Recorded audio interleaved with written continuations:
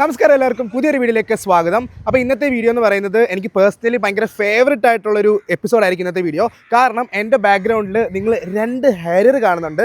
ഈ കിടക്കുന്നത് എൻ്റെ Harrier EV fearless plus 75 and ബാക്കിൽ തൊട്ട് പുറകിൽ ഹാരിയർ EVയുടെ stealth edition top end QWD മോഡലാണ് കിടക്കുന്നത്. സോ ഇന്ന് ഒരു യൂസർ റിവ്യൂ ആണ്. ആ കാണുന്ന ഹാരിയർ EVയുടെ സ്റ്റെൽത്ത് എഡിഷൻ്റെ ഒരു കിഡ്ലൻ യൂസർ റിവ്യൂ നിങ്ങൾക്ക് വേണ്ടി റെഡിയാക്കിയിട്ടുണ്ട്. അതിനുവേണ്ടി ആലപ്പുഴയിൽ ഒരു കിഡ്ലൻ ലൊക്കേഷൻ നമ്മൾ നോക്കിയിട്ട് രണ്ട് വണ്ടിയും കൂടെ ഇങ്ങനെ നേരത്തെ അങ്ങോട്ട് വെച്ചിട്ടുണ്ട്. ആൻഡ് ഈ ഹാരിയർ EV സ്റ്റെൽത്ത് എഡിഷൻ്റെ ഓണർ നിങ്ങൾ ഒരുപക്ഷെ TV കാണുന്ന ആൾക്കാരാണെങ്കിൽ അറിയായിരിക്കും. Hello, nice to meet you. Thank you. വ്ളോഗിലേക്ക് സ്വാഗതം. Thank you. Okay, self introduction കൊടുത്തോളൂ. എൻ്റെ പേര് രാഹുൽ സുരേഷ്. ആക്ടിംഗ് ആണ് എൻ്റെ പ്രൊഫഷൻ.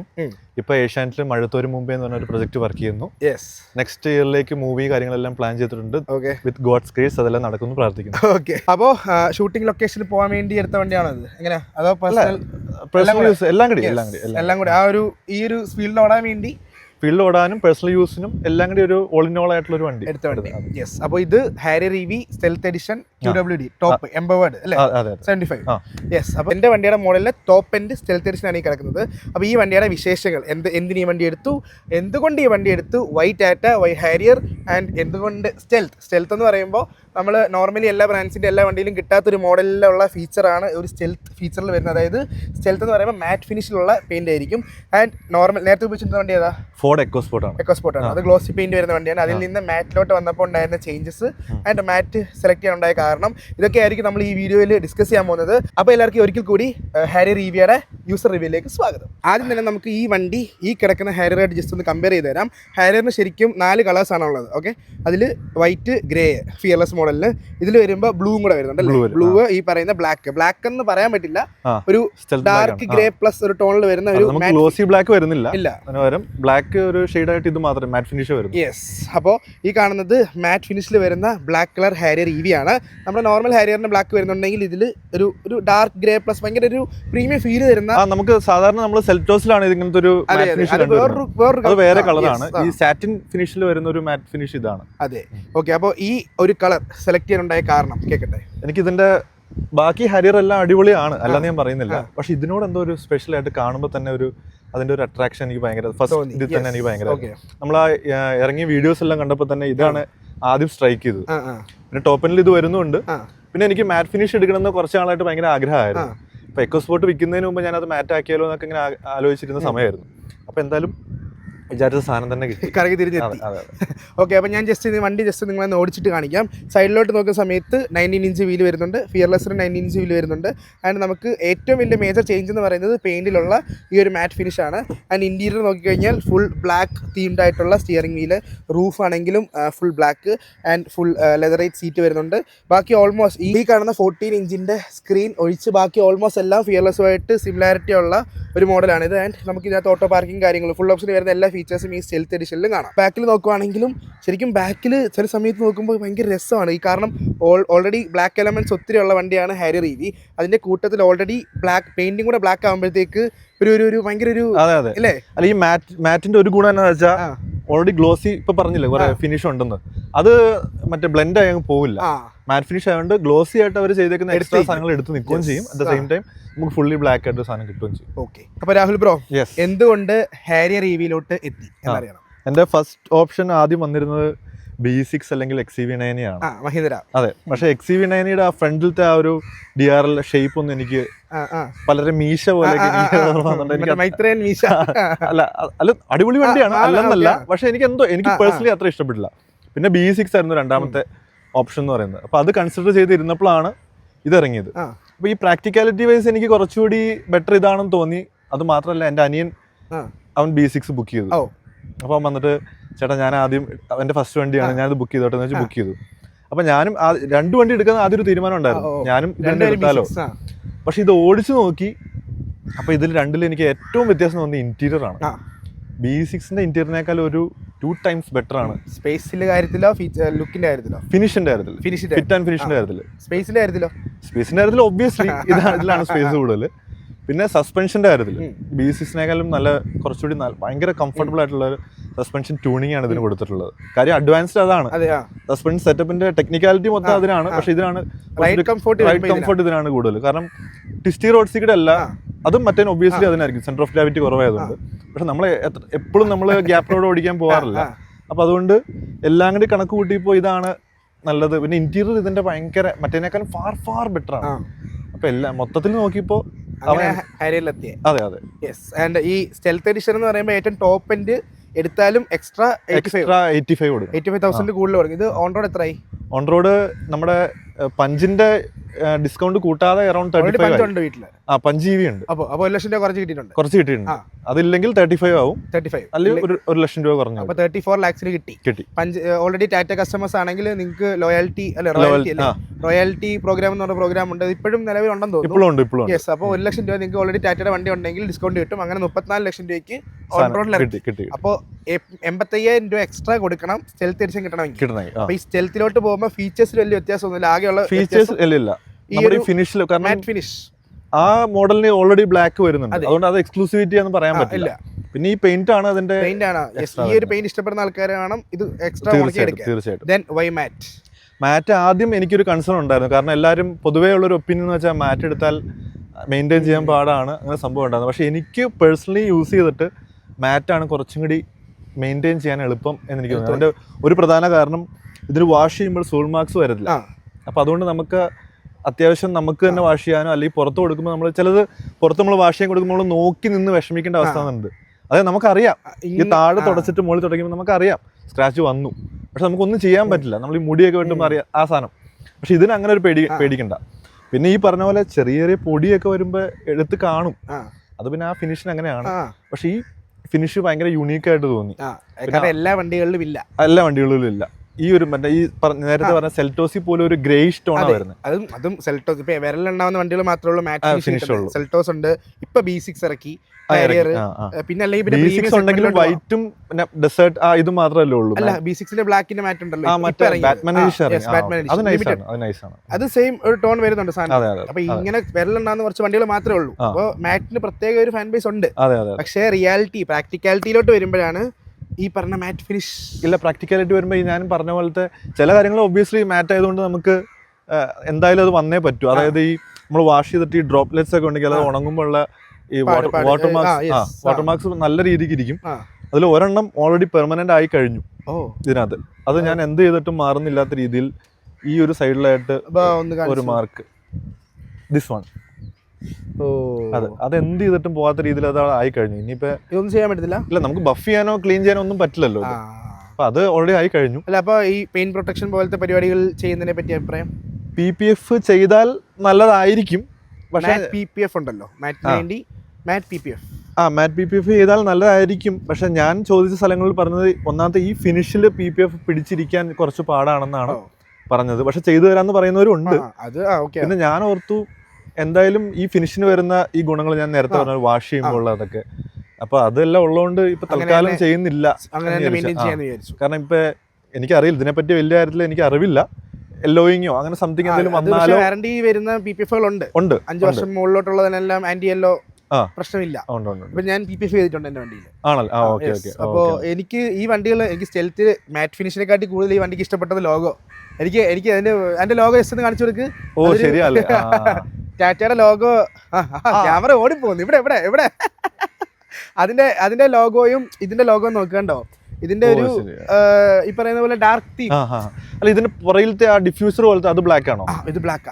അതുകൊണ്ടാണ് ഞാൻ ഫിയർലെസ് എടുത്തത്. അത് ഫിയർലെസ്സിൽ എനിക്ക് സ്റ്റെൽത്ത് എഡിഷൻ എടുക്കണമെന്ന് ഭയങ്കര ആഗ്രഹം ഉണ്ടായിരുന്നു.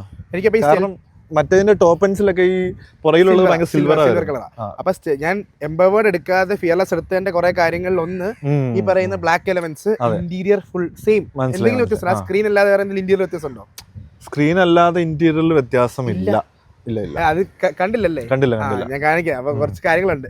അപ്പൊ ഇത് ഞാൻ കമ്പയർ ചെയ്തിട്ടാണ് എടുത്തത്. അപ്പൊ എനിക്ക് ഞാൻ ഈ പറഞ്ഞ മാറ്റ് ഫിനിഷ് എനിക്ക് ഭയങ്കര ആഗ്രഹമുള്ള പരിപാടിയാണ്. പക്ഷെ ഇത് ടോപ്പ് എൻഡിലോട്ട് പോകണം. ടോപ്പ് എൻഡിൽ നിന്നും 85,000 കൂടുതൽ കൊടുക്കണം എന്ന് പറഞ്ഞപ്പോഴത്തേക്ക് ഔട്ട് ഓഫ് ബഡ്ജറ്റ് ആയി. ആക്ച്വലി റിയർ വീൽ ഡ്രൈവിനും ഉണ്ട് മാറ്റ് ഉണ്ട്. ഈ സെയിം സാധനം റിയർ വീൽ ഡ്രൈവ് ഉണ്ട്. അതായത് എംപവേർഡ് റിയർ വീൽ ഡ്രൈവ് ഉണ്ട്, QWD ഉണ്ട്. അപ്പൊ റിയർ വീൽ ഡ്രൈവ് വരുമ്പോഴും എംപവേർഡിന് ഇന്റീരിയർ ഫുൾ മാറിയില്ലേ? സ്റ്റിയറിംഗ് ഗ്രേ ആയി. അല്ല, ഞാൻ പറഞ്ഞേ സ്റ്റെൽത്ത് എഡിഷൻ. സ്റ്റെൽത്ത് എഡിഷൻ ഉണ്ട്. അപ്പോഴും റേറ്റ് വ്യത്യാസം വരും. ഞാൻ 30,000 ബഡ്ജറ്റാണ്. ഇത് QWD ആണ്. എന്റെ ഇരിക്കുന്ന റിയർ വീൽ ഡ്രൈവ് ആണ്. അപ്പൊ നമുക്ക് കമ്പയർ ചെയ്ത് സംസാരിക്കാം. ആദ്യം തന്നെ നമുക്ക് റേഞ്ചിലോട്ട് വരാം. റേഞ്ച് ഓക്കെ 75 കിലോവാട്ടിന്റെ ബാറ്ററി താഴെ ഇങ്ങനെ പരന്ന് കിടപ്പുണ്ട്. അതും 75 തന്നെയാണ്. Okay okay okay. അപ്പോൾ 75 കിലോവാട്ട് പറയും എങ്ങനെയാണ് റേഞ്ച് കിട്ടുന്നത്? റേഞ്ച് എന്നെ സംബന്ധിച്ച് മാന്യമായിട്ട് ഓടിച്ചാൽ, അതായത് ബിലോ 90 സ്പീഡിൽ, മാന്യം എന്ന് പറഞ്ഞാൽ മറ്റേ നിരങ്ങിയല്ല, ബിലോ 90 സ്പീഡിൽ ഇൻസ്റ്റന്റ് ത്രോട്ടിൽ കൊടുക്കാതെ, അതായത് ഇപ്പൊ ബ്രോ വന്ന വരവ് ഞാൻ കണ്ടു, നല്ല ചവിട്ടി വിട്ടത്, അതുപോലെ അല്ലാതെ അത്യാവശ്യം എന്ന് വെച്ചാൽ നമുക്ക് ഓവർടേക്ക് ചെയ്യാം, വേണമെങ്കിൽ ഓവർടേക്ക് ചെയ്യാം, അതിനുള്ള പവർ ഉണ്ട്. എന്നാലും വേണ്ട, നമുക്ക് ഇൻസ്റ്റന്റ് വേണ്ട, ആ ഒരു മാന്യമായ രീതിയിൽ ഓടിച്ചാൽ 520+ എനിക്ക് കിട്ടി. എനിക്ക് പ്രാക്ടിക്കലി കിട്ടി. അതായത് മറ്റേ റേഞ്ചിൽ റിമൈനിങ് റേഞ്ച് ഇത്രയും കാണിച്ച് ആഡ് ചെയ്ത് പറയുന്നതല്ല, പ്രാക്ടിക്കലി 520+ എനിക്ക് കിട്ടി. 520യോ? ഞാൻ പോയ വഴിയും കൂടി ഞാൻ പറയാം. ഞാൻ പോയ വഴി, എൻ്റെ വീട് കോലഞ്ചേരിയാണ്, തൃപ്പൂണിത്തുറ കോലഞ്ചേരി. അവിടുന്ന് MC റോഡ് വഴി ട്രിവാൻഡ്രം കവടിയാർ വരെ പോയി. കൊട്ടാരക്കര വഴി? കൊട്ടാരക്കര നമ്മൾ MC റോഡ് അവിടെ ഒന്ന് കറങ്ങി, എന്നിട്ട് അവിടുന്ന് തിരിച്ച് വീട്ടിലെത്തിയപ്പോഴും എനിക്ക് ബാക്കി ഇഷ്ടം പോലെ ഒരു 17% ബാക്കി ചാർജ് ഉണ്ടായിരുന്നു. പക്ഷെ ഞാൻ ഉദ്ദേശിച്ച ഈ നമ്മൾ റേഞ്ച് കിട്ടാൻ വേണ്ടി ഇങ്ങനെ 40, 45, 50 അങ്ങനെ പോണതായ അല്ല കേട്ടോ. അല്ല, അങ്ങനെയല്ല. അത് മറ്റേ നമ്മൾ അങ്ങനെ പ്രാക്ടിക്കലി നമ്മൾ അങ്ങനെ ഓടിക്കില്ലല്ലോ. അത് റേഞ്ച് ടെസ്റ്റ് ചെയ്യാൻ വേണ്ടി നമുക്ക് വേണമെങ്കിൽ ഇപ്പൊ ഒരു വീഡിയോ ഉണ്ടാക്കാൻ വേണ്ടി നമുക്ക് തന്നെ ഓടിക്കാം. പക്ഷെ പ്രാക്ടിക്കലി ഇത്രയും വലിയ വണ്ടി മേടിച്ചിട്ട് 45 പോകേണ്ട ആവശ്യമില്ല.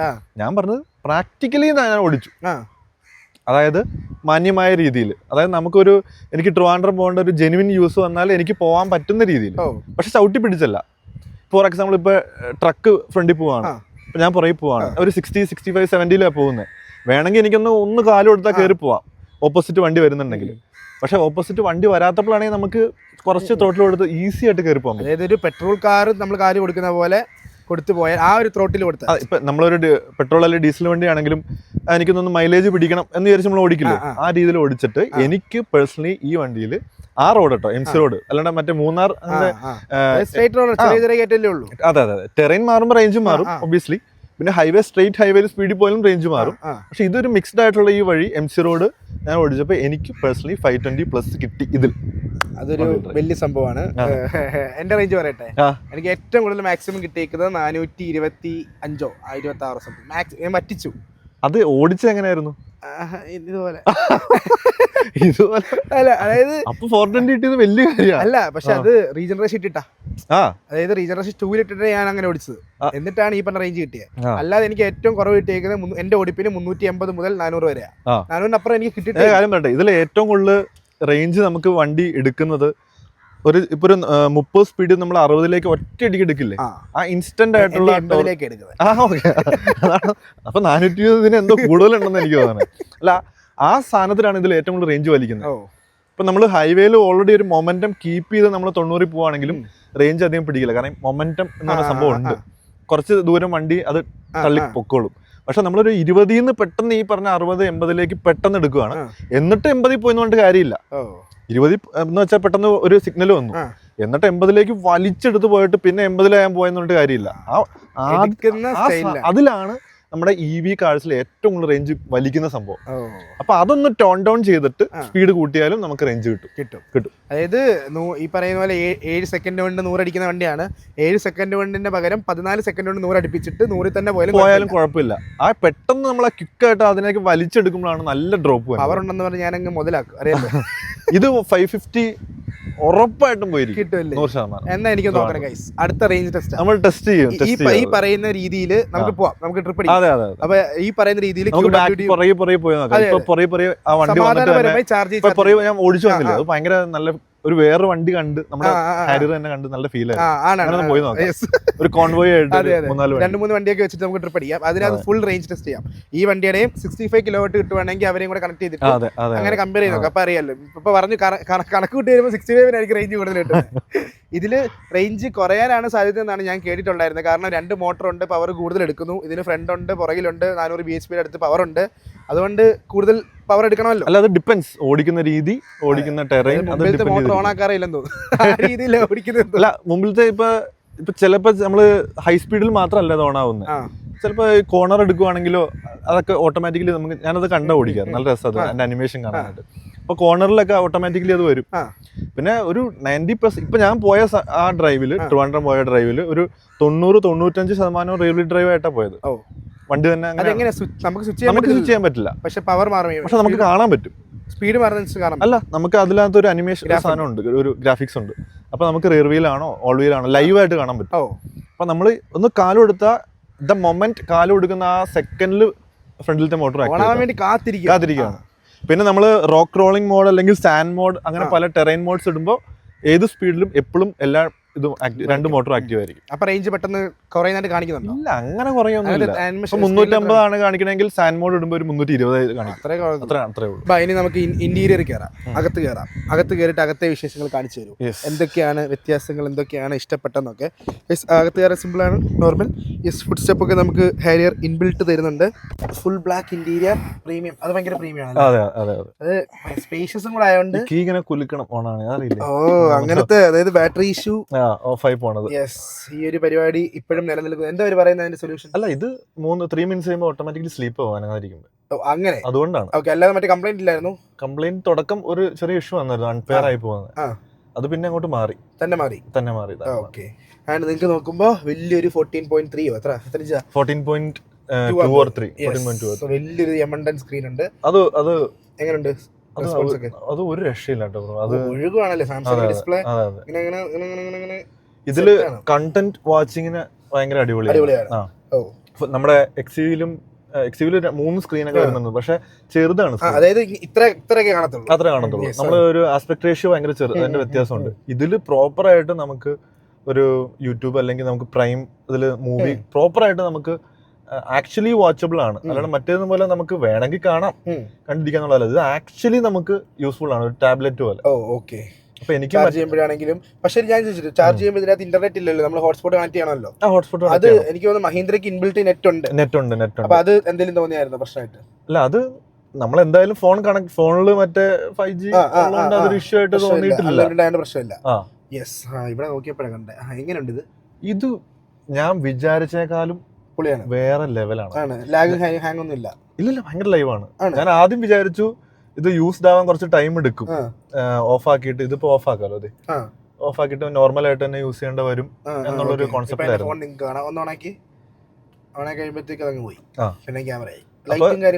അത് കുറെ പേര് പറഞ്ഞ എന്താ വെച്ചാൽ, കുറെ പേര് തെറ്റിദ്ധാരണയാണ്, അത് ഇതിലൂടെ മാറുവാണെങ്കിൽ മാറട്ടെ.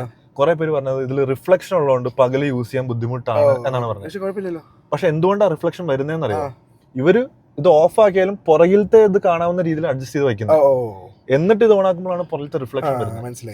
നമ്മൾ ക്യാമറ യൂസ് ചെയ്യുമ്പോൾ പുറകിലത്തെ ഇത് കാണുന്ന രീതിയിൽ അഡ്ജസ്റ്റ് ചെയ്ത് വെക്കണമെന്നില്ല. നമുക്ക് നമ്മുടെ കംഫർട്ടിൽ ഇങ്ങനെ തിരിച്ചു വെക്കാം, നമ്മുടെ നേരെ വെക്കാം. അപ്പൊ ഇത് ആൾക്കാർക്ക് ഇത് എപ്പോഴും പുറകിൽ ഇത് കാണുന്ന രീതി വെച്ച യൂസ്ഡ് ആണ്, അതുകൊണ്ടാണ് റിഫ്ലക്ഷൻ. അതെ. പിന്നെ ഇത് അത്യാവശ്യം ഈ മറ്റേ ബ്ലൈൻഡ് സ്പോട്ട് ഡിറ്റക്ഷൻ വരാൻ നല്ലതാണ്. ഒരു 160 ഫീൽഡ് ഓഫ് വ്യൂ ഉണ്ട് ഇതിന്. അതുകൊണ്ട് നമുക്ക് അത്യാവശ്യം നമുക്ക് തൊട്ട് പുറകിലൊക്കെ വണ്ടി ഉണ്ടെങ്കിൽ നമുക്ക് ഇത് ഭയങ്കര യൂസ്ഫുൾ ആണ്. ഞാനിത് ഓഫ് ആക്കാറില്ല.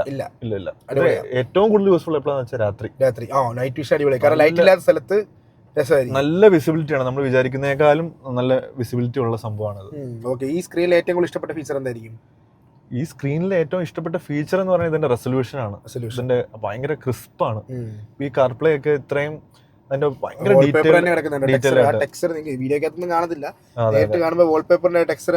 പിന്നെ യൂട്യൂബ് വീഡിയോസ് നമുക്ക് 4K ഇടുമ്പോ കുറച്ച് ചെറിയ സ്റ്റട്ടറിംഗ് ഉണ്ട്.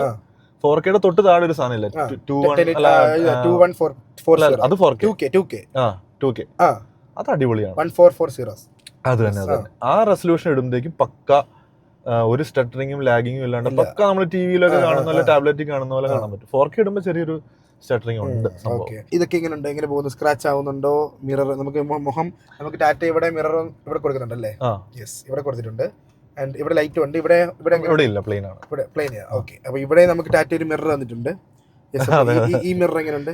ഇത് സ്ക്രാച്ച് ആവുന്നുണ്ടോ എന്ന് വെച്ചാൽ നോക്കി ഉപയോഗിച്ചാൽ ആവില്ല. പക്ഷെ ഇത് PPF ചെയ്യണമെന്നൊക്കെ ചോദിച്ചു. പിന്നെ ഞാൻ ചെയ്തില്ല, കാരണം PPFന്റെ ബോർഡർ കാണാൻ പറ്റും, അതുകൊണ്ട് ഞാൻ ചെയ്തില്ല. സ്റ്റിയറിംഗ് ചെയ്യുന്നതല്ലായിരിക്കും അല്ലേ? ഞാൻ ചെയ്തിട്ടുണ്ട്, കാണിച്ചു തരാം. ഓക്കെ. ഇവിടെ നോക്കുമ്പോൾ നമുക്ക് ടോപ്പ് എൻഡിൽ വരുമ്പോൾ വലിയ വ്യത്യാസം ഈ ഒരു ഓപ്ഷൻ ഒഴിച്ച് ബാക്കി എല്ലാ ഓപ്ഷൻസും മറ്റേ മോഡലിലും ഉണ്ട്, ഫിയർലെസ്സിലും ഉണ്ട്. ഇതെന്തിന്റെ? ഇത് നമ്മുടെ ഓഫ് റോഡ് ക്രൂസ് കൺട്രോൾ ആണ്. അതായത് നമ്മൾ ഇപ്പൊ സാൻഡ് മോഡ് അല്ലെങ്കിൽ റോക്ക് റോളിംഗ് മോഡ് ഇട്ടിട്ട് ഇത് ഞെക്കി കഴിഞ്ഞാൽ ഏറ്റവും മിനിമം 6 km/h സ്പീഡിൽ വണ്ടി ഇങ്ങനെ പൊക്കോണ്ടിരിക്കും. അപ്പൊ അങ്ങനെ പോകുന്ന സ്പീഡിൽ കൊടുക്കേണ്ട എവിടെ ട്രാക്ഷൻ കൊടുക്കണം, ട്രാക്ഷൻ കട്ട് ചെയ്യണം, അല്ലെങ്കിൽ എവിടെ ആക്സിലേഷൻ കൊടുക്കണം, അതെല്ലാം വണ്ടി തീരുമാനിക്കും. നമ്മളായിട്ട് ചെയ്യേണ്ട. നമുക്ക് 6 വേണമെങ്കിൽ നമുക്ക് 10-15 വരെ ആക്കാം, ഇതിൽ അഡ്ജസ്റ്റ് ചെയ്താക്കാം. പക്ഷെ വണ്ടി ഇങ്ങനെ സ്മൂത്ത് ആയിട്ട് ഇങ്ങനെ പൊക്കോണ്ടിരിക്കും. അത് അടിപൊളി ഫീച്ചറാണ് റോക്ക് റോളിംഗ് ഒക്കെ ചെയ്യുമ്പോൾ. ഇവിടെ നോക്കുവാണെങ്കിൽ ഞാൻ മിസ് ചെയ്യുന്ന ഏറ്റവും വലിയ സാധനം ഈ കാണുന്ന തിരിക്കുന്ന ഇത് ഡിസ്പ്ലേ ഉള്ളതാണ്. ഇതിനകത്ത് നോർമല്, പിന്നെ സ്നോയ്, ഗ്രാസ്, പിന്നെ മഡ് റട്സ്, സാൻഡ് കുറെ ഉണ്ടല്ലോ, റോക്ക് റോള്, അവരെ കസ്റ്റം യൂസ് ചെയ്യാറില്ലായിരിക്കുമല്ലോ, ഡിഫോൾട്ട് ആയിരിക്കുമല്ലോ കൂടുതലും. കസ്റ്റം പിന്നെ നമ്മൾ സെറ്റ് ചെയ്യണമല്ലേ? കസ്റ്റം ഞാൻ സെറ്റ് ചെയ്തിട്ടുണ്ട്. അത് മറ്റേ അതിൽ നമുക്ക് സ്റ്റിയറിംഗിന്റെ ഹാർഡ്നെസ് നമുക്ക് അഡ്ജസ്റ്റ് ചെയ്യാം, ഏത് മോഡ് വേണം അഡ്ജസ്റ്റ് ചെയ്യാം. B6 വരുമ്പോൾ കസ്റ്റത്തിൽ നമുക്ക് സസ്പെൻഷനും കൂടി അഡ്ജസ്റ്റ് ചെയ്യാൻ പറ്റും, കാരണം അത് സെമി ആക്റ്റീവ് ആയതുകൊണ്ട്. നമ്മുടെ ഫ്രീക്വൻസി ഡിപെൻഡന്റ് ആയതുകൊണ്ട് അത് നമുക്കൊന്നും ചെയ്യാൻ പറ്റും. ഇതിൽ FDD ഉണ്ടോ? ഇല്ല. അപ്പൊ നമുക്ക് ടെസ്റ്റ് ചെയ്യുമ്പോൾ അതും കൂടി ടെസ്റ്റ് ചെയ്യണം, അതിന്റെ ഉപയോഗം ഉണ്ടോ എന്നുള്ളത്. ആൻഡ് നമുക്ക് സ്റ്റിയറിംഗ് നോക്കുവാണെങ്കിൽ ക്ലസ്റ്ററിൽ എനിക്ക് നോർമൽ ഈ വീഡിയോ ഹൈലി റിവ്യൂടെ വേറെ യൂസേഴ്സ് കാണുന്നുണ്ടെങ്കിൽ എൻ്റെ ഈ കാണുന്ന ഇൻസ്റ്റം ക്ലസ്റ്ററിന്റെ തീം അല്ല ടോപ്പ് എൻഡിന്റെ. എന്റെ സെയിം മോഡൽ ഫിയർലെസ് പ്ലസ് ഞാൻ കൊല്ലത്ത് വെച്ചൊരു വണ്ടി കണ്ടു, ആ വണ്ടിക്ക് എന്റെ ക്ലസ്റ്റർ അല്ല. ഞാൻ ഫോട്ടോ എടുത്തിട്ടില്ലായിരുന്നു. അതായത് സെയിം മോഡൽ ഫിയർലെസ് പ്ലസ് വെള്ള വണ്ടിയാണ്, വൈറ്റ് വണ്ടിയാണ്, പക്ഷെ പണ്ടത്തെ കെർവിന്റെ ആ തീം അതാണ് ഇപ്പോഴും പുള്ളിയോട് വെച്ച് പുള്ളി പറഞ്ഞ് കിട്ടിയപ്പോ തൊട്ട് അങ്ങനെ. അതെന്തുകൊണ്ടാണ് എനിക്ക് മനസ്സിലാവുന്നത്. സെയിം വേരിയന്റിന്റെ വ്യത്യാസം ഉണ്ടെന്ന് എനിക്ക് അറിയില്ലായിരുന്നു. ഇതിപ്പം എന്റെ മോഡൽ തന്നെ, പക്ഷെ കളർ തീം വ്യത്യാസമുണ്ട്. ഇത് ഫുൾ ബ്ലാക്കിനകത്ത് ഒരു റെഡ് ഓറഞ്ച് വൈബ് അല്ലേ, പിങ്ക് വൈബ്, പർപ്പിളാ. കാണിച്ചറിയാം. യെസ്, അതാണ്. അത് എനിക്ക് എന്താണെന്ന് അറിയത്തില്ല. ആൻഡ് ഇവിടെ നോക്കുമ്പോൾ ഇവിടുത്തെ ടെക്സ്ചർ വ്യത്യാസമുണ്ട്, എനിക്ക് വേറെ ഡിസൈൻ ആണ്. ആൻഡ് ഇവിടെ എല്ലാം വേറൊരു കാർബൺ ഫൈബർ പോലത്തെ വേറൊരു സാധനം പോലെ. കളർ വ്യത്യാസമുണ്ട്. ബ്ലാക്ക് തന്നെ. ഞാൻ കാണിച്ചുതരാം, വണ്ടിക്കകത്ത് കയറുമ്പോൾ കാണിച്ചുതരാം. ആൻഡ് ഇവിടെ നോക്കുമ്പോൾ ഇവിടെ അകത്ത് ആംബിയൻ ലൈറ്റും കാര്യങ്ങളൊക്കെ ഉണ്ട്. ആൻഡ് താഴെ ലൈറ്റ് അല്ല, എനിക്ക് ആംബിയൻ ലൈറ്റ് ഒന്നും ഇല്ല. എനിക്ക് ആംബിയൻ ലൈറ്റ് ഇവിടെയും സൺറൂഫിലും സൈഡിലില്ല. അതാണ് എക്സ്ട്രാ ഓപ്ഷൻ. അവർ എന്തെങ്കിലുമൊക്കെ ചേഞ്ചസ് വരുന്നുണ്ട്. ആൻഡ് ഇവിടെ ഇതൊന്നും ഇല്ല, SOS ഇല്ല, അങ്ങനെ സാധനങ്ങളൊന്നും ഇല്ല. യെസ്. ആൻഡ് ക്ലസ്റ്ററിൽ നോക്കുമ്പോൾ എന്തൊക്കെയുണ്ട് ക്ലസ്റ്ററിൽ എനിക്കില്ലാത്തത് എന്തൊക്കെയുണ്ട്. സ്റ്റിയറിംഗിൽ ഇവിടെ നമുക്ക് അഡാസിന്റെ കുറെ ഫങ്ഷൻസ് കൺട്രോൾ ചെയ്യാനുള്ള, എനിക്ക് അഡാസ് ഇല്ലല്ലോ. എന്തൊക്കെയാണ് ക്ലസ്റ്ററിൽ എന്തൊക്കെയാണ് പറയൂ. ഇതാണ് ഈ എനർജി ഫ്ലോ എന്ന് പറയുന്ന സാധനം. ഇതിനകത്ത് കാണിക്കും അല്ലേ. ഇപ്പൊ സാൻ മോഡ് ഇട്ടു. സാൻ മോഡ് ഇടുന്നേക്കും പിന്നെ നമ്മൾ വണ്ടി എടുക്കുമ്പോൾ ഈ പറഞ്ഞ പോലെ 4 ഇതും കണ്ടോ, 4 ക്ലസ്റ്ററിൽ വേറെ എന്തെങ്കിലും ഇഷ്ടപ്പെട്ടതോ അല്ലെ ഇഷ്ടപ്പെടാത്തെന്ന് വെച്ചാൽ നമ്മുടെ ഈ ഒരു ഫോർമാറ്റിൽ ബാറ്ററി പെർസെന്റേജ് ഒക്കെ വളരെ കുറച്ചുകൂടി റീഡബിലിറ്റി അവർക്ക് കൂട്ടായിരുന്നു എന്ന് തോന്നിയിട്ടുണ്ട്. കാരണം നമ്മൾ പെട്ടെന്ന് ശ്രദ്ധിക്കുന്നില്ല, നോക്കാൻ വേണ്ടി നോക്കുമ്പോൾ മാത്രമേ. ഇത് സൗണ്ട് ഓഫ് ചെയ്തിട്ടേക്കുവാണോ സിറ്റി മോഡ് എന്നൊക്കെ പറയുന്നത്? അതെ. അത് കിട്ടിയപ്പോ തന്നെ എനിക്ക് ഭയങ്കര അനോയിങ് ആയിട്ട് തോന്നി. നമ്മൾ ഇറങ്ങുമ്പോൾ തന്നെ ഒരു അമ്മച്ചി വന്ന് take out key fob off ചെയ്തു. കീ പറ്റി പറയൂ. കീ എപ്പോഴെങ്കിലും പണി വന്നിട്ടുണ്ടോ? കീ മേടിച്ച് 2ാം ദിവസം അൺപെയർ ആയി പോയിട്ടുണ്ടായിരുന്നു. അത് അപ്പൊ തന്നെ അവര് വിളിച്ച് വന്ന് അൺപെയർ ആയി പോയതല്ല, കീയുടെ ബാറ്ററി ഡൗൺ ആയി പോയതാണ്. കാരണം നമ്മള് എന്റെ വണ്ടി ഒക്ടോബർ 10 ഞാൻ മേടിച്ചത്. അപ്പൊ സെപ്റ്റംബർ 10. അപ്പൊ സെപ്റ്റംബറിലാണ് ഇത് മാനുഫാക്ചറിംഗ് ഡേറ്റ് കണ്ടത്. പക്ഷെ കീയുടെ മാനുഫാക്ചറിംഗ് ഡേറ്റ് ഒത്തിരി നാൾ മുമ്പായിരിക്കും ഉണ്ടാക്കി വെച്ചിട്ട് അവർ ഇത് ഫ്ലാഷ് ചെയ്ത് പെയർ ചെയ്തിട്ടാണല്ലോ ബാറ്ററി. അതെ. പക്ഷെ ഇപ്പൊ തന്നെ ഞാൻ ഇപ്പൊ 2 മാസം യൂസ് ചെയ്തിട്ട് ഇപ്പൊ തന്നെ കീ ബാറ്ററി ലോ എന്നുള്ള നോട്ടിഫിക്കേഷൻ വന്നു തുടങ്ങി. കാരണം അതിന്റെ പ്രധാന കാരണം ഇതിന് ഇറങ്ങി പോകുമ്പോ ബ്ലൂടൂത്ത് കണക്ഷൻ ഇത് മാറുമ്പോൾ ഓട്ടോമാറ്റിക്കലി ലോക്ക് ആവുന്ന സാധനം ഞാൻ ഓൺ ആക്കിയിട്ടുണ്ട്. ഓ, ഇതാണല്ലേ കീ വരുന്നേ. ഓക്കെ. അപ്പൊ ഈ മാനുവൽ കീ ഇതിൽ തന്നെ വരുമോ? അതാണ് ഏറ്റവും വലിയ ഡ്രോബാക്ക് ഈ കീയുടെ. ചോദിച്ചു നന്നായി. മാനുവൽ കീ സെപ്പറേറ്റ് വേറെ സാധനമാണ്, അത് നമ്മൾ കൊണ്ടുനടക്കാൻ പറ്റത്തില്ലല്ലോ. അപ്പൊ ഒരു ദിവസം ഈ വണ്ടി ടിൻറ്റ് ചെയ്തപ്പോ പവേർഡ് ആണ് മറ്റേ ടെയിൽ. അപ്പൊ ഒരു ടെയിൽ തുറന്നിട്ടിട്ട് ടിൻറ്റ് ചെയ്തപ്പോ ബാറ്ററി ഓക്സിലറി ബാറ്ററി ഡൗൺ ആയിപ്പോയി. വണ്ടി ഓൺ ആക്കാതെ ചെയ്തത്. അന്നേരം ഈ കീയേ ഉള്ളൂ. അപ്പൊ നമുക്ക് ഈ ഇത് തുറന്നിട്ട് വേണം, ബോണറ്റ് തുറന്നിട്ട് മറ്റേ ജംപ് സ്റ്റാർട്ട് ചെയ്യാൻ. അപ്പൊ ഞാൻ അന്നേരം ഇവിടെ ഇല്ല, ഞാൻ തായ്ലാൻഡ് പോയേക്കായിരുന്നു. ഞാൻ അവിടുന്ന് വന്ന് വീട്ടിൽ നിന്ന് കീ കൊടുത്തിട്ട് അവന്റെ വണ്ടി അവിടെ കിടന്നു. അപ്പൊ ഈ കീയില് നമുക്ക് ഈ മാനുവൽ ഫിസിക്കൽ കീ ഇല്ലാത്തത് വളരെ വലിയ ഡ്രോബാക്ക് ആണ്. ഇത്രയും ടെക്കുള്ള വണ്ടിക്ക് അത് വേണം. എങ്ങനെ എന്റെ ഇത് വണ്ടി ഇടയ്ക്ക് ഒരു ബഗ് അടിച്ചിട്ട് വണ്ടി അൺലോക്ക് ആവാത്തൊരു സിറ്റുവേഷൻ ഉണ്ടായിരുന്നു. അപ്പൊ ഈ കീ ഉള്ളതുകൊണ്ടാണ് അന്ന് കയറിയത്. അതെ. അപ്പൊ എനിക്കാണെങ്കിൽ കീ എപ്പോഴും ചുമന്നോണ്ട് നടക്കാൻ പറ്റില്ല. കീ കൂടിപ്പോയ വണ്ടി വെക്കും. വണ്ടി അൺലോക്ക് ആയ പിന്നെ അത് വണ്ടി വെച്ചിട്ട് ആവശ്യമില്ല. അതെ. അപ്പൊ അത് ഭയങ്കര ഒരു ഡ്രോബാക്ക് ആണ് കീയുടെ. ഹാരിയറിലെ ഏറ്റവും വലിയ നെഗറ്റീവ് പറയുന്നത് ഇതാണ്. പിന്നെ ഫോൺ ഉണ്ടെങ്കിൽ നമുക്ക് ഫോൺ വഴി അൺലോക്ക് ചെയ്യാം. പക്ഷേ ഓക്സിലറി ബാറ്ററി ഡൗൺ ആയി പോയി കഴിഞ്ഞാൽ ഒന്നുമില്ല, ഒന്നും റെസ്പോണ്ട് ചെയ്യില്ല. NFC കാർഡും റെസ്പോണ്ട് ചെയ്യില്ല, ഒന്നും റെസ്പോണ്ട് ചെയ്യില്ല. എസ്പെറോൾ NFC കാർഡിന്റെ യൂസേജ് ഉണ്ടോ? ഇതുവരെ ഞാൻ അങ്ങനെ യൂസ് ചെയ്തിട്ടില്ല. പക്ഷെ നമ്മുടെ അടുത്ത അപ്ഡേറ്റിൽ വാച്ചും ഫോണും വെച്ച് NFC വെച്ചിട്ട് സ്റ്റാർട്ട് ആക്കാനുള്ള ഓപ്ഷൻ ഉണ്ട്. ആപ്പിൾ വാച്ച് മാത്രമേ ഉള്ളൂ. ആപ്പിൾ വാച്ചിൽ NFC ഉള്ള വാച്ചുകളെല്ലാം പറ്റും, ഫോണിലും പറ്റും. അപ്പൊ അത് വന്നു കഴിഞ്ഞാൽ അത് എക്സ്റ്റെൻസീവിന് എന്തായാലും യൂസ് ചെയ്യും. കീ കൊണ്ടുനടക്കല് വളരെ കുറയും. ആൻഡ് ഇവിടെ നമുക്ക് ആംബിയൻ ലൈറ്റ് കാര്യങ്ങളൊക്കെ കൺട്രോൾ ചെയ്യാനുള്ള ഓപ്ഷൻസ് ഉണ്ട്. എത്ര ലൈറ്റ് ഉണ്ട്? ആംബിയൻ ലൈറ്റ് ശോകമാണ് ബ്രോ. കാരണം എന്താണെന്ന് വെച്ചാണ്ടല്ലോ, ഇതിന് അധികം ഓപ്ഷൻസ് ഇല്ല. കളർ ഓപ്ഷനിൽ ഇത്ര നമുക്ക് കൊടുത്തിട്ടുള്ളൂ. പിന്നെ അത് മാത്രമല്ല, ഈ മൂഡ് ലൈറ്റിലാണെങ്കിലും ഇതിപ്പോ എനിക്കില്ലാത്ത കളറൊക്കെ നിങ്ങൾക്കുണ്ടല്ലോ, നിങ്ങൾക്കുള്ള കളർ എനിക്കില്ലല്ലോ. അതില് പിങ്ക് ഇല്ല. പിങ്ക് വേണമെങ്കിൽ ഇതിൽ സൺസെറ്റ് സെലക്ട് ചെയ്യണം. പിങ്കിഷ് ആണ്. പിന്നെ നമുക്ക് ഈ ബ്ലൂ ഉണ്ട്, എന്നാൽ മറ്റേ സിറ്റി മോഡാണ് ബ്ലൂ ഇല്ല. റെഡ് എന്ന് പറഞ്ഞ ഓപ്ഷൻ ഇല്ല. റെഡ് കളർ ഇല്ല. പക്ഷേ സ്പോർട്സ് ഇടുമ്പോ റെഡ് അതിനുവേണ്ടി റെഡ് തെളിയും. എന്നിട്ട് അത് പോവും. എന്നാ പിന്നെ അത് ഇതാണ് ഒരു ഓപ്ഷൻ തരണ്ടേ. ഈ blue city model nice colour, അത് ഇടാൻ പറ്റില്ല. അപ്പൊ ആക്ച്വലി സാധനം ഉണ്ട്, തരത്തില്ല. പക്ഷെ തരത്തില്ല, വാശിയാ, തരത്തില്ല. അത് ഭയങ്കര മോശം പരിപാടിയാണ്. വെന്റിലേഷൻ ഒക്കെ എങ്ങനെയുണ്ട്? വെന്റിലേഷൻ അടിപൊളിയാണ്. ലോങ് പോകാനുള്ള കംഫർട്ട്, ലോങ് പോകാൻ സൂപ്പർ കംഫർട്ടാണ്. B6 എടുക്കാത്തതിൽ റിഗ്രറ്റ് ഒന്നുമില്ല. റിഗ്രറ്റ് ഇല്ല. പക്ഷെ ഞാൻ ഇപ്പോഴും പറയുന്നു, ഒരു ഡ്രൈവിംഗ് പെർസ്പെക്റ്റീവ് മാത്രം നോക്കുകയാണെങ്കിൽ, ഒരു ഡ്രൈവേഴ്സ് കാർ എന്ന് പറഞ്ഞ സംഭവം മാത്രം നോക്കുകയാണെങ്കിൽ B6 ആണ് ഇതിനേക്കാളും അടിപൊളി. പ്രത്യേകിച്ച് ഈ ട്വിസ്റ്റി റോഡ്സിലൊക്കെ ഓടിക്കുമ്പോൾ. പക്ഷെ അല്ലാണ്ട് ഹൈവേ, ഇപ്പൊ ഞങ്ങൾ ധനുഷ്കോടി പോയായിരുന്നു, അതിലൊക്കെ നമുക്ക് ഒരിക്കലും ഇതിന്റെ ഒരു കംഫർട്ട് B6 ആയിട്ട് കമ്പയർ ചെയ്യാൻ പറ്റില്ല. 10 ടൈംസ് ബെറ്റർ ആണ് ഇതിന്റെ കംഫർട്ട്. ഹൈറ്റിലാണെങ്കിലും അതെ, ലൈക് സീറ്റിന്റെ കംഫർട്ടിലാണെങ്കിലും ഹൈവേ ഡ്രൈവ്സിന് ഇത് ആണ് ഏറ്റവും ബെസ്റ്റ്. Wireless charger ഉപയോഗിച്ചിട്ടുണ്ടോ? തീർച്ചയായിട്ടും. ആദ്യത്തെ 3 പ്രാവശ്യം വയ്ക്കുമ്പോ ഒരു 10 സെക്കൻഡ് ചാർജ് ചെയ്തിട്ട് വർക്ക് ചെയ്യില്ല. 4ാമത്തെ പ്രാവശ്യം തൊട്ട് മര്യാദയ്ക്ക് വർക്ക് ചെയ്തു. ആദ്യത്തെ ഒരു റൊട്ടീനായി. പിന്നെ എനിക്ക് ഒരു 3 പ്രാവശ്യം ഞാൻ എടുത്ത് വെച്ച്. സ്പീഡ് ഉണ്ടോ? നല്ല സ്പീഡുണ്ട്, അത്യാവശ്യം നല്ല സ്പീഡ്. എത്ര 10 15 ഉള്ളൂ. പക്ഷെ അത്യാവശ്യം നല്ല ഇത് സ്ലോ ആയിട്ട് തോന്നി. എനിക്ക് കവറിന്റെ എല്ലായിരിക്കും ട്രൈ ചെയ്ത് നോക്കാം. എന്റെ മറ്റേ മാക്സൈഫ് ഉള്ള കവറാണ്. അപ്പൊ അത് കുറച്ചുകൂടി സ്പീഡായിട്ട് ചാർജ് ആവും. പുറകിൽ എങ്ങനെ ഇരുന്നിട്ട്? പുറകിലത്തെ കംഫർട്ടും വളരെ വളരെ നല്ലതാണ്.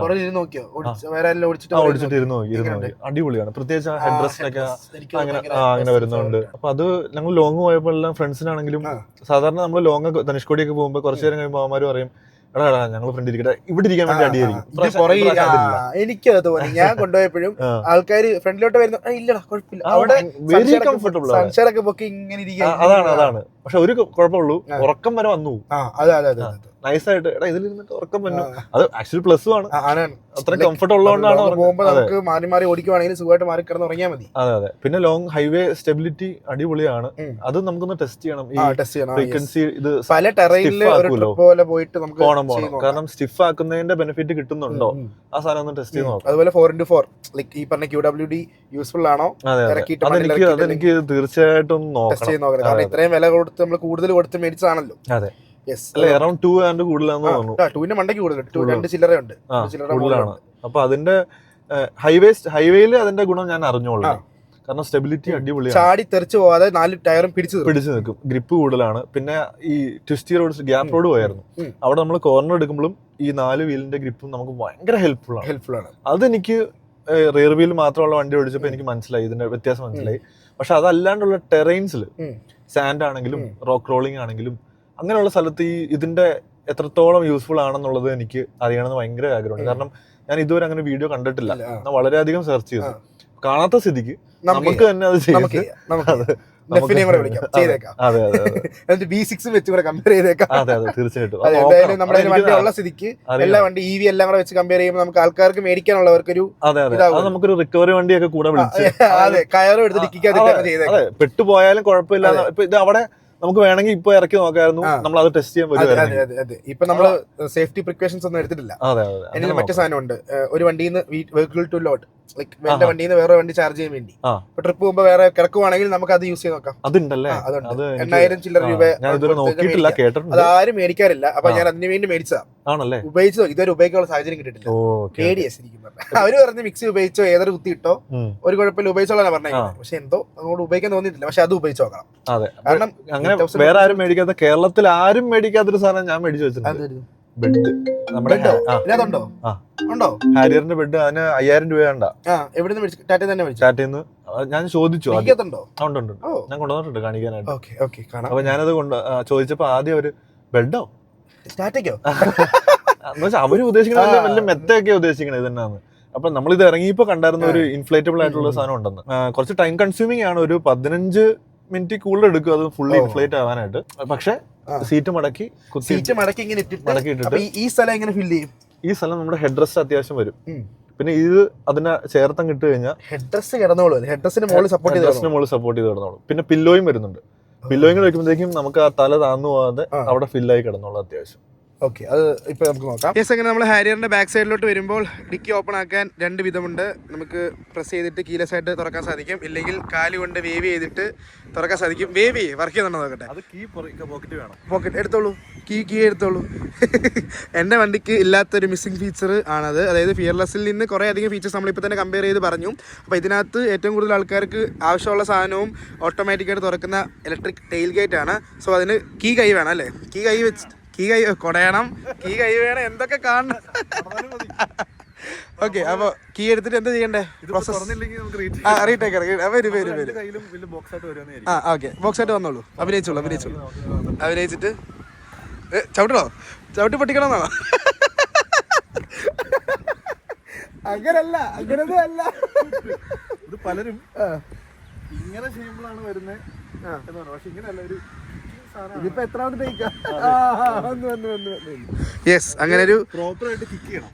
ഞാൻ ഇതുവരെ വണ്ടി ചവിട്ടി പെട്ടെന്നുള്ളൊരു ക്വിക്കായിട്ടൊരു അങ്ങനെയാണ് ചെയ്യേണ്ടത്. ഓക്കെ, അങ്ങനെ തുറക്കുമ്പോഴത്തേക്ക് വിശാലമായ 500 ലിറ്ററിന്റെ ബൂട്ട് സ്പേസ് നമുക്ക് കാണാൻ സാധിക്കും. അതിന് ഇതിനെല്ലാം ഡിക്കി സ്പേസ് ഒക്കെ സെയിം തന്നെ. അതിന്റെ അകത്തോട്ട് നോക്കുമ്പോൾ ഈ കാണുന്നതാണ് ടാറ്റയിൽ നിന്ന് മേടിച്ചത്. എത്ര രൂപയ്ക്ക് മേടിച്ച? 5000 ചില്ലറ രൂപയ്ക്ക് മേടിച്ച ഇൻഫ്ലേമബിൾ അല്ലല്ലോ, ഇൻഫ്ലേറ്റബിൾ ബെഡ്. ഇതാണല്ലേ പില്ലോ? തല വെക്കാനുള്ളതാണോ? ഇത്രയും ഇതിന്റെ കൂടെ ഉള്ളത്. ഇതിപ്പോ എങ്ങനെയാണ് കാണിച്ചു കൊടുക്കുന്നവർക്ക്? ചടങ്ങാണല്ലേ? നമുക്ക് അടുത്ത ട്രിപ്പിനകത്ത് കാണിക്കാം, അതായിരിക്കും ബെറ്റർ. അതെന്തായാലും ഒരു ട്രിപ്പ് പോലെ ആയിരിക്കുമല്ലോ. ഇത് നമ്മൾ സീറ്റ് മടക്കി അതിലേക്ക് പക്ക ഇതിന്റെ എല്ലാ സംഭവം ഫില്ലായിട്ട് ഇവിടെ വരെ വരും. ഇതുവരെ ഫില്ലാവും. അപ്പൊ സീറ്റ് മടക്കുമ്പോൾ അത് പൊങ്ങി കിടക്കത്തില്ല അവിടെ? ഇല്ല. അതായത് ഞാൻ ഡൗട്ട് ചെയ്യാൻ വെച്ചാൽ, ഇതിപ്പോ ഈ സീറ്റ് നമ്മളിപ്പോ മടക്കിയെന്ന് വെച്ചോ, ഇപ്പൊ മടക്കി കഴിഞ്ഞാൽ ഇത് ഇവിടെ തട്ടുമല്ലോ. അപ്പൊ ഇത് ഈ സാധനം ഒരു ഹൈറ്റ് വരുമല്ലോ, ആ ഹൈറ്റ് എങ്ങനെ ടൈലായി പോകും? ഇൻഫ്ലേറ്റ് ആകുമ്പോഴത്തേക്ക് നമുക്ക് അറിയത്തില്ല. ഫോണിൽ എടുത്തൊരു വീഡിയോ ഉണ്ട്, നമുക്ക് ഇതിനൂടെ അറ്റാച്ച് ചെയ്ത്. ഓക്കെ, അപ്പൊ ഇങ്ങനെ ഇപ്പൊ ഈ കാണുന്ന പോലെ രീതിയിൽ ഉപയോഗിക്കാൻ പറ്റിയൊരു സാധനമാണ് ഈ ഡിക്കി കിടക്കുന്നത്. ഇത് അടുത്ത എപ്പിസോഡിൽ, നമ്മളെ ട്രിപ്പ് വന്ന എപ്പിസോഡിൽ ഇത് ഉപയോഗിച്ചിട്ട് ഇതിന്റെ യൂസ് നമുക്ക് കിടന്നുകൊണ്ടേ നോക്കാം. റിവ്യൂ കിടന്നു നമ്മൾ മേടിച്ചിട്ട് ചുമ്മാ ഇതിങ്ങനെ ചെയ്യാന്നല്ലാതെ നമുക്ക് ഇത് യൂസ് ചെയ്തിട്ട് EV ലൈഫ്. ഇപ്പൊ പുറത്തെ രാജ്യങ്ങളില് ആൾക്കാർ കാർ ലൈഫ് ചെയ്തില്ലേ, സുഖം പരിപാടി ചെയ്ത്. നമ്മളെ EV-യാ, പെട്രോൾ ചെലവില്ല. ഏതെങ്കിലും ഇത് മാത്രം നോക്കിയാൽ സേഫ്റ്റി ഇപ്പോഴത്തെ പുതിയ വണ്ടികൾക്ക് പ്രശ്നമില്ലെന്ന് ഇതുവരെ. എസിയുടെ അല്ല, പിന്നെ ആൾക്കാരുടെ നമ്മൾ പോയി കിടക്കുന്ന സ്ഥലത്ത് ഏതെങ്കിലും ചാർജിങ് സ്റ്റേഷന്റെ പരിസരത്ത് എവിടെയെങ്കിലും അത്യാവശ്യം ആളും അവിടെ ഇതുപോലെ ഒരു ക്ലിഫിന്റെ അറ്റത്ത് സ്ഥലമുണ്ട്. അതായത് ഇങ്ങനെ മറ്റേ സൺസെറ്റും സൺറൈസും കാണാൻ പറ്റിയ സ്ഥലമാണ്. ഒരു രക്ഷയില്ല. ഇപ്പൊ നല്ലൊരു ഡേറ്റിനൊക്കെ പോവുകയാണെങ്കിൽ കാണുന്നവരാരെങ്കിലും പ്ലീസ് DM ആരെങ്കിലും. അതെ, മിതമായ നിലയ്ക്ക് ഹാരി റിവ്യൂ ഡേറ്റ് ചെയ്യാവുന്നതായിരിക്കും. ഇവിടെ ഇത് പ്രസ് ചെയ്ത് കഴിയുമ്പോഴത്തേക്ക് വലിയ ലാഗൊന്നും ഇല്ലല്ലേ, അപ്പൊ തന്നെ അടഞ്ഞോളും, വലിയ കുഴപ്പമില്ല. ഇത് ക്ലിക്ക് ചെയ്തിട്ട് അപ്പുറത്ത് ഡോറിൽ കയറുന്ന സമയം കൊണ്ട് അടഞ്ഞോളും. യെസ്, ഇതിന്റെ ബാക്കിൽ നിന്ന് തന്നെ തുറന്നു വരും. അതെനിക്ക് അറിയില്ലായിരുന്നു. മറ്റേ അത് ഞാൻ വിചാരിച്ചു അത് അൺലോക്ക് ചെയ്യാൻ വേണ്ടി. അപ്പൊ ഞാൻ ആദ്യം വണ്ടി മേടിച്ചതിന്റെ പിറ്റേ ദിവസം ഒരു തണലത്ത് നമ്മൾ മേടിക്കുമ്പോ വെയിലൊന്നും കൊള്ളാൻ ഒരു തണലത്ത് ഒരു മരം ഇങ്ങനെ ഒരു ബ്രാഞ്ച് പോകുന്നതാണ് കൊണ്ടിട്ടു. ഇപ്പൊ ഫോൺ അധികം എടുക്കാൻ നേരം അത് ലോങ് പ്രസ് ആയി നേരെ വന്ന് ആ ബ്രാഞ്ചിൽ ഇടിച്ചു. ചെറിയൊരു സ്ക്രാച്ച് കാണാൻ പറ്റത്തില്ല, ഇപ്പൊ ചെളി ഉള്ളതുകൊണ്ട് കാണാൻ പറ്റത്തില്ല. എന്നാലും ആദ്യത്തെ അത് പോയി കിട്ടി. അപ്പൊ നമുക്കൊരു ആശ്വാസം. ടെക് കൂടിയാലും പ്രശ്നമാണ്. ഈ ഹാരി റിവ്യൂ എന്ന നിലയിൽ ഈ ഒരു ആംഗിൾ, ഇപ്പൊ ഈ കാണുന്ന ഈ ഒരു ലുക്കില് എപ്പോഴെങ്കിലും ഒരു റേഞ്ച് റോവർ കട്ടൊക്കെ ഫീൽ ചെയ്തിട്ടുണ്ടോ? Side profile. ഞാനേ എപ്പോഴും വണ്ടി ഇങ്ങനെ ഇട്ടിട്ട് ഇങ്ങനെ ഇരിക്കും. ഞാൻ സൈഡ് പ്രൊഫൈലാണ് കൂടുതൽ നോക്കുന്നത്. ഇങ്ങനെ ഇരുന്ന് നോക്കിട്ടാ റേഞ്ച് റോവർ എടുത്ത് മാറ്റി കേട്ടെ. എന്താ പറയുന്നത്? സൈഡ് പ്രൊഫൈലില് ഭയങ്കര എവിഡന്റ് ആയിട്ട് ആണ്. നമുക്ക് നല്ലപോലെ ക്വാർട്ടർ പാനലും അവിടെ നിന്ന് അങ്ങോട്ട് നോക്കുമ്പോഴാണെങ്കിലും പക്ക അത് തന്നെ ഇല്ലേ. നമ്മള് മറ്റേ കോടികളുടെ വണ്ടി മേടിച്ചിട്ട് നമ്മള് കോടീശ്വരനായ ഫീല. അല്ല, ഫ്രണ്ടിനാണെങ്കിലും ചില പോർഷനിൽ നോക്കുമ്പോഴും അതിന് ടച്ച് ഉണ്ട്. നമ്മൾ ഷൂട്ട് ചെയ്യാൻ വന്നപ്പോൾ ഇവരെയും കൂടെ ആലപ്പുഴയിൽ നിന്ന് പൊക്കി. വാ, രണ്ടുപേരോട് വാ. അതിനെ പൊക്കൂ. അവിടെ അത് വാഴക്കുട്ടി, ഇത് അണ്ണോൺ വാഴ. നിങ്ങൾ വീഡിയോസിൽ കണ്ടിട്ടുണ്ടെങ്കിൽ ഇവരുടെ വീട് ആലപ്പുഴ ആയതുകൊണ്ട് നമ്മൾ നല്ല ലൊക്കേഷൻ ചോദിച്ചപ്പോൾ അവരെയും കൂടെ വീട്ടിൽ നിന്ന് പൊക്കിക്കൊണ്ട് വന്നു. പുള്ളിയുടെ കസിനാണ്. ഒന്നുകൂടെ ഹായ് കാണിക്കേ. ഓ, നല്ല രസമുണ്ട് ലൈറ്റ് കാണാൻ കേട്ടോ. ആൻഡ് ചേച്ചി ക്യാരിങ് ആണ്. എത്ര മാസമാണ്? 6 മാസം. നല്ല ഹസ്ബൻഡ്. 6 മാസം. ഈ വണ്ടി ഇപ്പം ആ റിമോട്ടിൽ മുമ്പോട്ട് നീങ്ങുമല്ലോ അല്ലേ, മറ്റേ ആ സാധനം. ഓക്കെ, ഇല്ല വാഴക്കുട്ടി നേരത്തെ പറഞ്ഞ വണ്ടി നമുക്ക് തന്നെ നീക്കണ്ടേ. വാഴക്കുട്ടിയെ കൊണ്ട് നീക്കിപ്പിക്കാം. ഈ വണ്ടി തന്നെ നീക്കിപ്പിക്കാം. ഡ്രൈവർ ഇല്ലാതെ ഈ വണ്ടി മുമ്പോട്ട് നീക്കി കാണിക്കാൻ പോവാണ്. കണ്ടിട്ടില്ലല്ലോ സംഭവം ഇതുവരെ. ഇല്ല നമ്മള് റോ ബാറ്ററി കാണിച്ചില്ലായിരുന്നു. പറ്റില്ല. ഫോണിലോ? ഫോണിൽ പറ്റില്ല.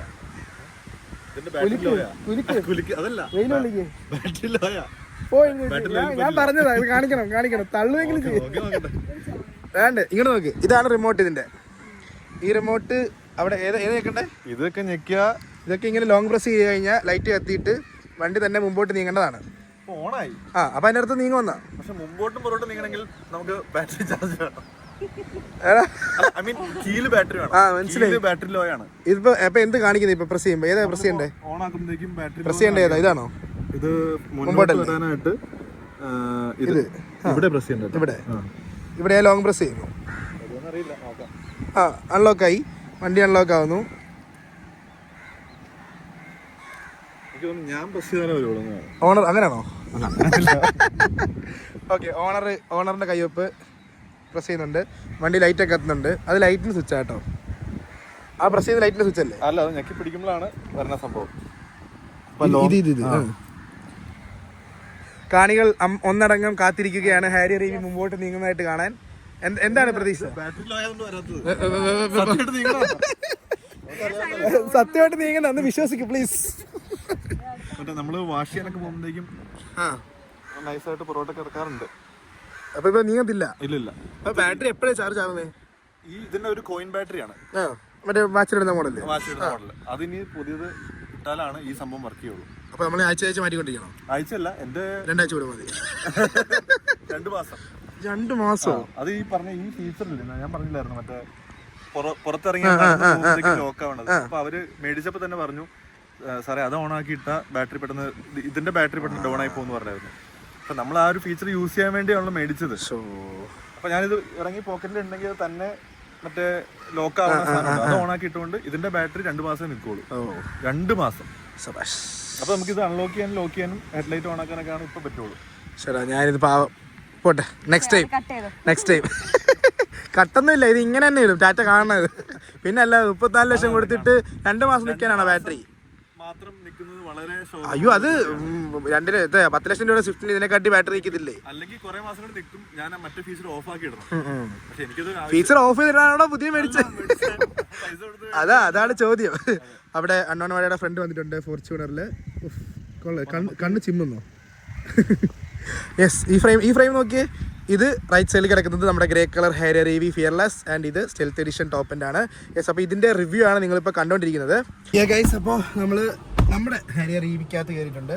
ഓക്കെ, എവിടെയാണ് ലോക്ക്? ഓക്കെ, ആദ്യമായിട്ട് ഫിയർലെസ് പ്ലസ് കയറുവാണല്ലോ. അപ്പോൾ പറയൂ, ഫിയർലെസ് പ്ലസിൽ എന്തൊക്കെ വ്യത്യാസങ്ങളാണ് ഒറ്റ നോട്ടത്തിൽ കണ്ടുപിടിക്കാൻ പറ്റുന്നത്? സ്ക്രീൻ സൈസ് ആണ് ആദ്യം പെട്ടെന്ന് എവിഡന്റ് 12 ഇഞ്ചാണ്, അതിനകത്ത് 14 ഇഞ്ചാണ്. അതാണ് പെട്ടെന്ന് വരുന്നത്. ഇതിന്റെ വ്യത്യാസം ഓക്കെ, ഇത് ഓട്ടോമാറ്റിക് ആണ്, നിങ്ങൾക്ക് മറ്റേ ഇതാണ് ഡിജിറ്റലാണ്. പിന്നെ ഇവിടുത്തെ 2-3 സ്വിച്ചസ് മിസ്സിംഗ് ആണ്. അതായത് ഈ കാണുന്ന മറ്റേ SOS ബട്ടൺസ് മിസ്സിംഗ് ആണ്. മിറർ ഇല്ല.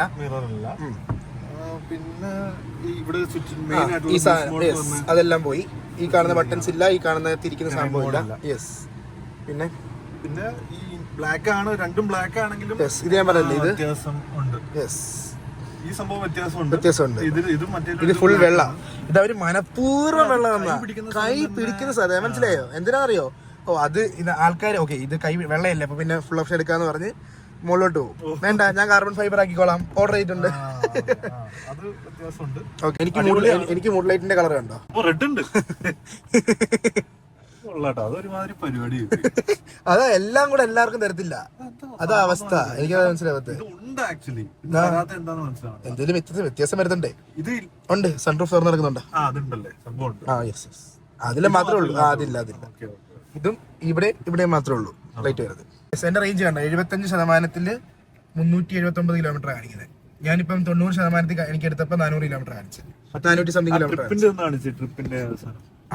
അത് ഒരു വലിയ സംഭവമാണ്. കണ്ടോണേ, എന്റെ 196. എന്റെ 196ന്റെ അകത്താഴോട്ട് 190 താഴോട്ട് പോകാറില്ല. അവിടെ എത്ര പോകാം? 170. അതിന്റെ താഴോട്ട് പോയിട്ടില്ല. അല്ല, 170 കൺസിസ്റ്റന്റ് ആണോ അതോ ഇടയ്ക്കിടയ്ക്കേ ഉള്ളൂ? നമ്മളിപ്പോ മാന്യമായിട്ട് ഓടിച്ചാൽ 170 ഇത് കിട്ടും. ഞാൻ 300 പോയിട്ട് 206 ഒക്കെ ആയിരുന്നു. ഓ ഓക്കെ, ഹൈ റേഞ്ച് ഉള്ളതുകൊണ്ട് 206 വന്നുള്ളൂ.